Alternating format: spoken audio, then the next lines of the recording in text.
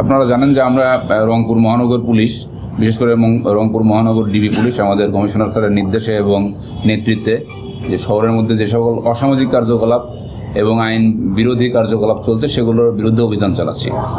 তা এরই ধারাবাহিকতায় আজকে আমরা শাপলা সিনেমা হল, যেটা শাপলা টকিজ, সেখানে একটা অভিযান চালাই। আমাদের কাছে আগে থেকেই তথ্য ছিল যে সেখানে বিভিন্ন ধরনের অনৈতিক কার্যকলাপ চলে। বিশেষ করে স্কুল কলেজের মেয়েরা বা ছেলেরা এখানে আসে এবং তারা বিভিন্ন অসামাজিক কার্যকলাপে রত থাকে।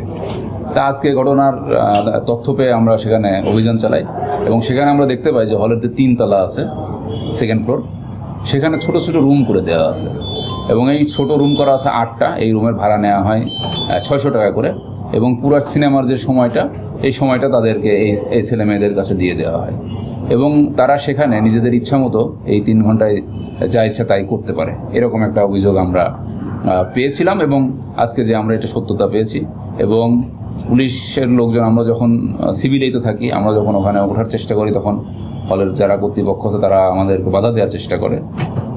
তাদের বাধা অতিক্রম করে আমরা যাই এবং সেখানে আমরা হাতে নাতে মানে অবসিন অবস্থায় অনেককেই পাই। তাৎক্ষণিকভাবে আমরা তাদেরকে অ্যারেস্ট করি, আটক করে নিয়ে এসেছি।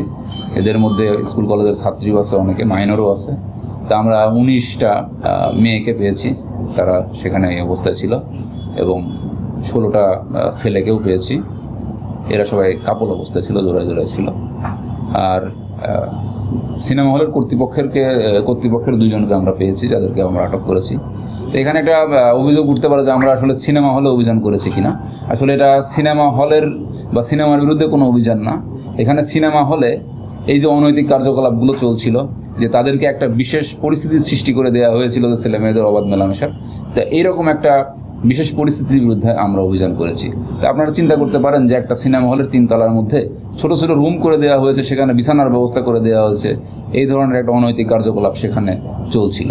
তাই আমাদের অভিযানটা ছিল হচ্ছে এইরকম সিচুয়েশনের বিরুদ্ধে।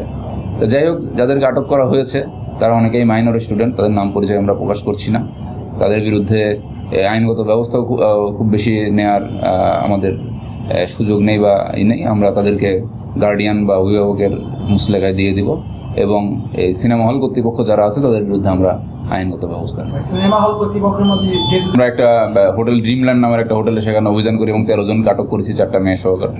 তাই আমাদের এই ধরনের অনৈতিক কার্যকলাপের বিরুদ্ধে এই অভিযান এইগুলো চলতে থাকবে এবং রংপুর শহরকে এই ধরনের অসামাজিক কার্যকলাপ মুক্ত করার জন্য আমরা কমিশনার স্যারের নেতৃত্বে এই অভিযান চলবে এবং আমরা দৃঢ় প্রতিজ্ঞ যে আমরা একটা সুন্দর বসবাসযোগ্য রংপুর শহরের জন্য আমরা চেষ্টা করব।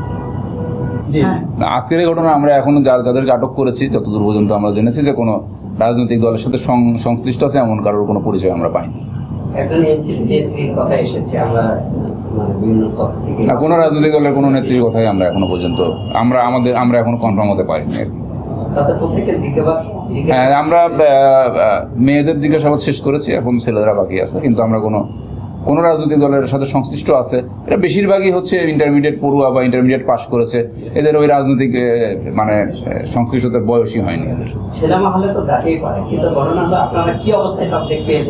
আসলে কি অবস্থায় আমরা পেয়েছি সেই ভিডিওগুলো আছে, সেটা আপনাদের কাছে প্রকাশযোগ্য না।